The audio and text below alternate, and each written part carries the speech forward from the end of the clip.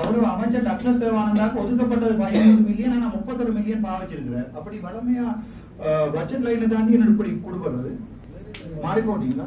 32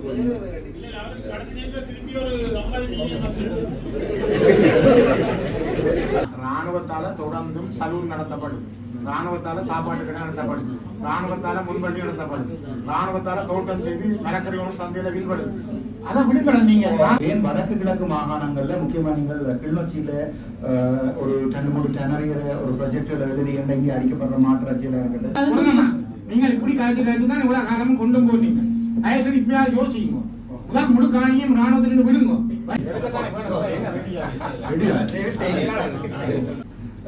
அப்படி கதாகரனே ஒவ்வொரு இந்த குழுவுல நம்ம தீர்மானம். அதற்கு நாங்கள் நினைக்கிறோம் இங்கே பாராளுமன்ற உறுப்பினர்கள் எல்லாருமே சேர்ந்து நாங்கள் இதுக்கான நடவடிக்கை எடுக்கிறோம். அர்ச்சனா அவர்களை அழைத்து நிற்கின்றோம்.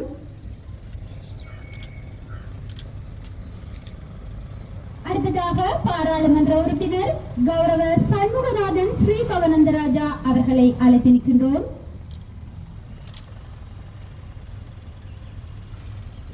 காடு இருக்குன்னு சொல்லி மண் இருக்குன்னு சொல்லி நாங்கள் அனுமதி கொடுக்க இயலாது. அப்படி வந்து எல்லா இடமும் மண் வெட்ட ஆரம்பிச்சாலும் இன்னும் மாவட்டம் நடக்கும் வேற காலம். அதனால விட அந்தந்த ஏரியாக்கள் இருக்குது, மண் அள்ளக்கூடிய இடங்கள் இருக்குது. அந்த இடங்களை சரியான முறையில இனம் கண்டு அதன் மூலமாக எந்த விதமான பாதிப்பு இல்லைங்கிறது அறிக்கையை நீங்க தான் எங்களுக்கு கொடுக்கும். மாவட்ட சுற்றாடல் பாதுகாப்பு கூட்டமான என்விரான்மெண்டல் என்ஃபோர்ஸ்மெண்ட் கமிட்டி இருக்கு. அந்த கமிட்டியில இருக்க மெம்பர்ஸ் கூட சேர்ந்து ரெக்கமெண்ட் பண்ணி இருக்கிற இடங்களை அரேஞ்ச் பண்ணி கொடுக்குறது. மற்ற இடங்கள் இந்த கமிட்டி ரெக்கமெண்ட் பண்ணாத இடங்களுக்கு கொடுக்கவே கூடாது. அதுதான் அதுதான் விசிட் பண்ணி பொருத்தமான இடத்தை அடையாளப்படுத்தி கொடுக்கணும். மற்ற இடங்களை அதாவது பிரதேச செயலாளர்களுடைய அவர்களுக்கான தெரியாமல் கொடுக்கக்கூடாதுன்றது சரியா?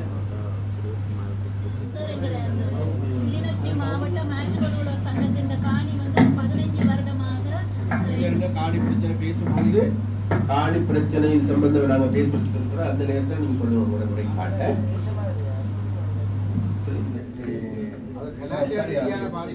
இது சம்பந்தமா நீங்க ஒரு நிமிஷம் இதுல நீங்க நான் தொடர்ந்து விவாதிக்கணும். ஆனா இப்ப ராணுவத்தால தொடர்ந்தும் சலூன் நடத்தப்படுது, ராணுவத்தால சாப்பாட்டு கடை நடத்தப்படுது, ராணுவத்தால முன்பள்ளி நடத்தப்படுது, ராணுவத்தால தோட்டம் செய்து மரக்கறிகளும் சந்தையில வீழ்படுது. அதை விடுங்கள நீங்க. அதுகள விடுங்க. அதுகள விட்டுட்டு மக்கள்கிட்ட விடலாம் தானே. எத்தனை பேர் பாதிக்கப்படுறாங்க? சிங்களத்துல சொல்லி இருக்கிறார். தான் அவ்வளவுதான் விடுற மாட்டேன். என்னென்ன தங்களால செய்யப்படுறதுன்றது தேவையில்லை என்று சொல்லி டிசிசி மீட்டிங்ல எடுத்த டிசிஷன் சொல்லி தனக்கு தரட்டுமா நான் அவ்வளவுதான் விடுறோம்னு சொல்லி இருக்கிறேன்.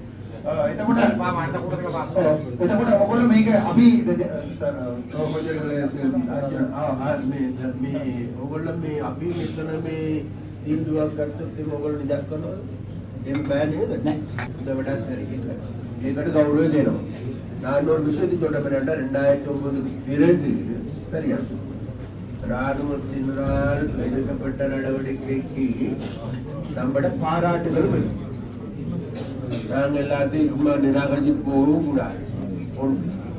ரெண்டாவது அவர்கள் நல்லா தெரியும், அவர்களது சிவில் பாதுகாப்பு பிரிவுல கூடுதலாக இருந்தவர்கள் எல்லாருமே முன்னால் போறாங்க. அவர்கள் வந்து என்னோட வந்து நேரடியாக பேசுறாங்க.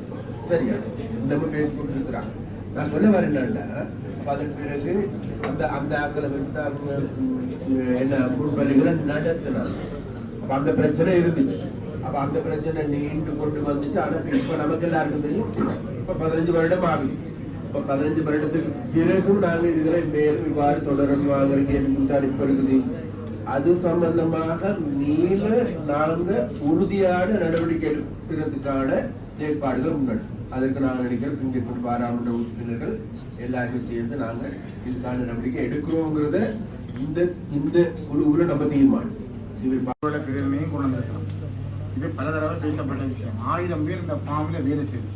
குண்டசாலை ட்ரைனிங் காலேஜும் திருநெல்வேலி ட்ரைனிங் காலேஜும் வட்டக்கட்சியும் சேம் டைம் உருவாக்கப்பட்ட விவசாய பாடசாலை. இன்றைக்கு குண்டசாலையும் திருநெல்வேலியும் நடந்தோன்றது. ஆனால் வட்டக்கட்சி மூடப்பட்ட நிலையில இருக்கு. 1000 பேர் வேலை செய்த வேலை வாய்ப்பு கொடுக்கக்கூடிய ஒரு இடம் இன்றைக்கு இராணுவத்தின் முகாமாக இருக்கு. அது விவசாயம் இல்லை. இன்றைக்கு அங்கே விவசாயம் இராணுவம் தான் செய்யும். ஏன் ராணுவம் அந்த பாதுகாப்பு பிரச்சனையை பார்க்க வேண்டிய ராணுவம் அதை வடக்கு மாகாண விவசாய அமைச்சிட்டு ஒப்படைச்சிட்டு பிரச்சனை முடிஞ்சது. அவரோட ஒரு திட்டத்தை கொண்டு வந்து ஏதாவது ஒரு நாட்டின் உதவி என்றாலும் திரும்பவும் விதை உற்பத்தி உட்பட அந்த பண்ணையை கொண்டு போகலாமே. விவசாய அமைச்சின் செயலாளர் இருக்கிறீங்களா வடக்கு மாகாணம்? சொல்லுங்களேன்.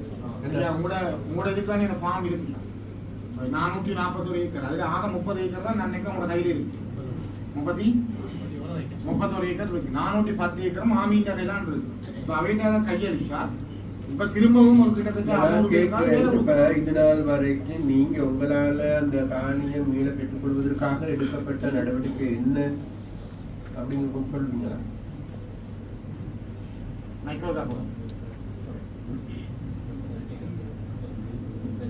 சரி நீங்க 30 நாள் வேண்டி நம்ம இப்படி ஒரு மீடியா சொல்லுங்களேன்.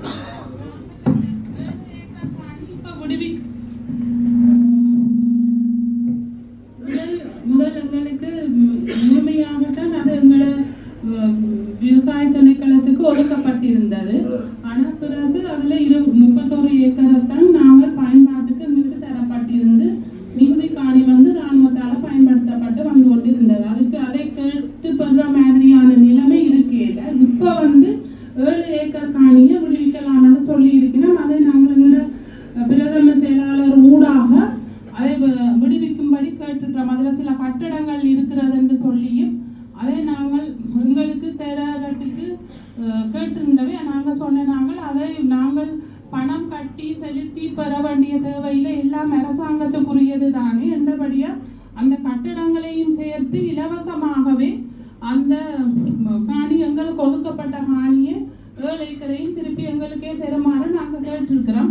அதை தவிர ஏனைய காணிகளையும் அது எங்களுக்கு ஒதுக்கப்பட்ட காணி என்றபடியே எங்களுக்கு தந்தால் நாங்கள் அதனை பராமரிக்கக்கூடியதாக இருக்கும். ஆனால் எங்களுக்கு இப்ப அந்த 31 ஏக்கருக்கு அதை நாங்கள் பராமரிப்பதற்கான ஆளணி தான் எங்களுக்கு ஒதுக்கப்பட்டிருக்கு. அதுவும் இப்ப எங்களுக்கு சரியான வேகன்சி இருக்குது.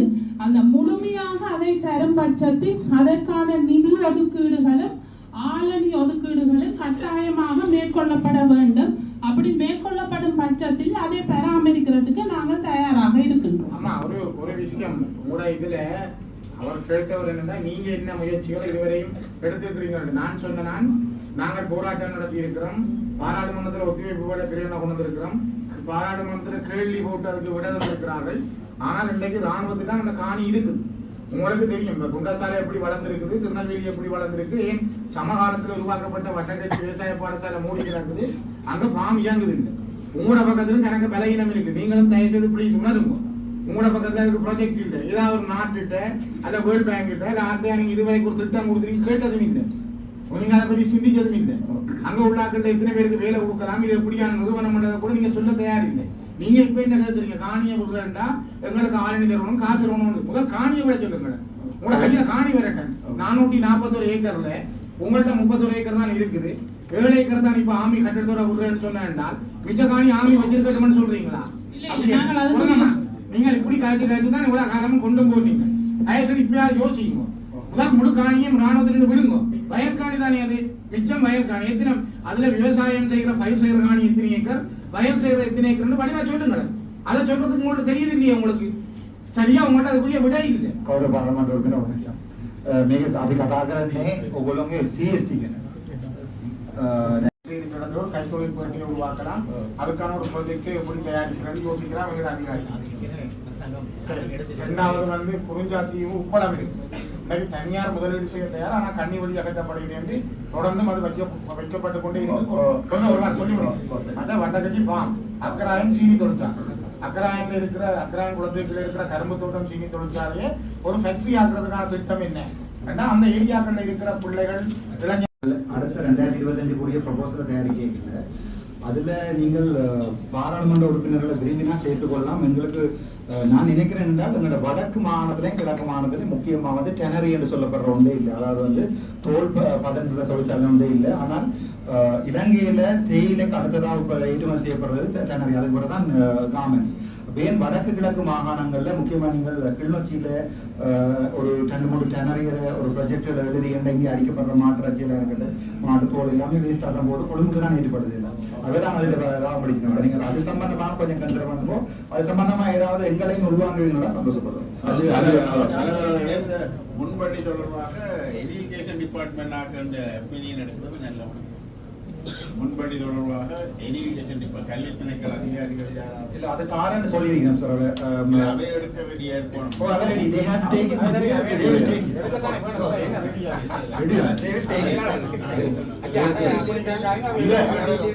இது சம்பந்தமாக நாங்கள் வந்து பேசணும் அந்த பிரச்சனை வருகின்ற போது நீங்க தான் அது வருகிறோம் எடுக்கேஷன் கல்வி அதிகாரிகள் தான்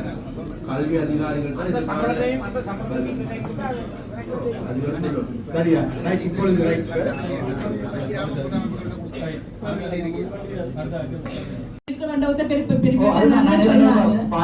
அதிபருக்கும் அங்க ஒரு இன்னொரு சம்பந்தப்பட்ட வாழ்க்கும் பிரச்சனை இருக்காண்டாங்க அது சூழ்நிலை டிரெக்டர் சால்வ் பண்ணிருக்கலாம் கொண்டு வரையில உண்மையா நாங்க அப்புறம் வேற நிப்பாட்டத்தில் சர்க்குலர் வந்த அப்புறம் நாட்ட கேட்டாங்க இதே விஷயம் நினைக்கிறேன் எனக்கு 3 கோடியே 10 லட்சம் திரும்பி நான் என்னுடைய ஒதுக்கீடுல இதில் பார்த்தால் இப்போ எனக்கு பார்க்கலாம் தெரியுது 3 கோடி 10 லட்சம் எங்கள் காசு திரும்பி இருக்கு இதில் ஹிந்து கோலத்துக்கு நான் ஒதுக்கின 15 லட்சம் நடக்குது 15 மில்லியன் வட்டக்கட்டி ஒடித்து போட்ட காசு நடக்குது பேனர் இந்த சுடலைக்கு போட்ட பேனர் காசு ஒதுக்கீடு நடக்குது நான் கிளர்வனம் நினைக்கிறேம்மா ஆனால் ஹிந்து கோலத்தில் நினைக்கிறேன் அதிபத்த அசண்டையினம் முக்கியமான காரணம் ஒரு சப்தம் எடுத்து கொடுத்து செய்திருக்கலாம் ஏன் அதிபர்கள் அதில் அக்கறைப்படுகிறாங்க அவைகளுக்கு அது பெருசா அது தேவை என்று நினைக்கிறேன் நான் நினைக்கிறேன் நீங்க கொஞ்சம் கவனம் எடுக்கணும் அந்த விஷயம் இப்போ பாருங்க 3 கோடி 10 லட்சம் நான் ஒதுக்கிற காசு திரும்புது என்றால் என்ன செய்தீங்கன்னு கேட்குறீங்க திருப்பி எல்லாரும்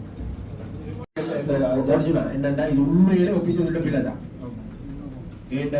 காசு வந்து இருக்கின்ற போது அதுக்கான வேலைகளை துரிதமாக செய்து கொள்ள முடியாம போனதுன்ற விளைவு தானே இது அப்ப உண்மையில வேலை திட்டமும் இல்லாம இல்லை அல்லது ஏதாவது வெறும் மாட்டு திட்டத்தையும் போட்டிருக்கலாம் அதுகளுக்கான அனுமதி பெற்றுக்கலாம் அப்படி எல்லாம் அப்ப அதனால வேண்டி உண்மையிலே ஒரு விஷயத்த நான் சொல்றேன் என்னன்னு கேட்டேன் இப்ப அது முடிஞ்சதான் இருக்க போகுது இது பிடி அடுத்த திரும்ப வர போறது அந்த காசு நமக்கு இனி வரும் காலங்கள்ல இந்த மாதிரி விளையாட்டெல்லாம் வேணும் அதனால இப்ப இருந்து ரெடி ஆகுங்க நாங்க அடுத்த வருஷம் ஒதுக்கின்ற பணம் வந்து 100% செலவழிக்க வேண்டும் என்பதுதான் அரசாங்கத்தின் நிலைப்பாடு. திரும்பின காசுகளை நீங்க திருப்பி அதே திட்டங்களுக்கு எடுக்கிறதுக்கான அதுக்கு ஒரு தீர்மானத்தை எடுத்து நீங்கள் ஒரு நீங்க செய்தால் நீங்க ஒரு சின்ன டவுட் என்னன்னா இதுல கௌரவ அமைச்சர் டக்ளஸ் தேவானந்தாக்கு ஒதுக்கப்பட்டது 500 மில்லியன் ஆனா 31 மில்லியன் பாவச்சிருக்கிறார் அப்படி வளமையா பட்ஜெட் லைனை தாண்டி என்ன இப்படி கொடுக்கறது மாறி போட்டீங்களா 32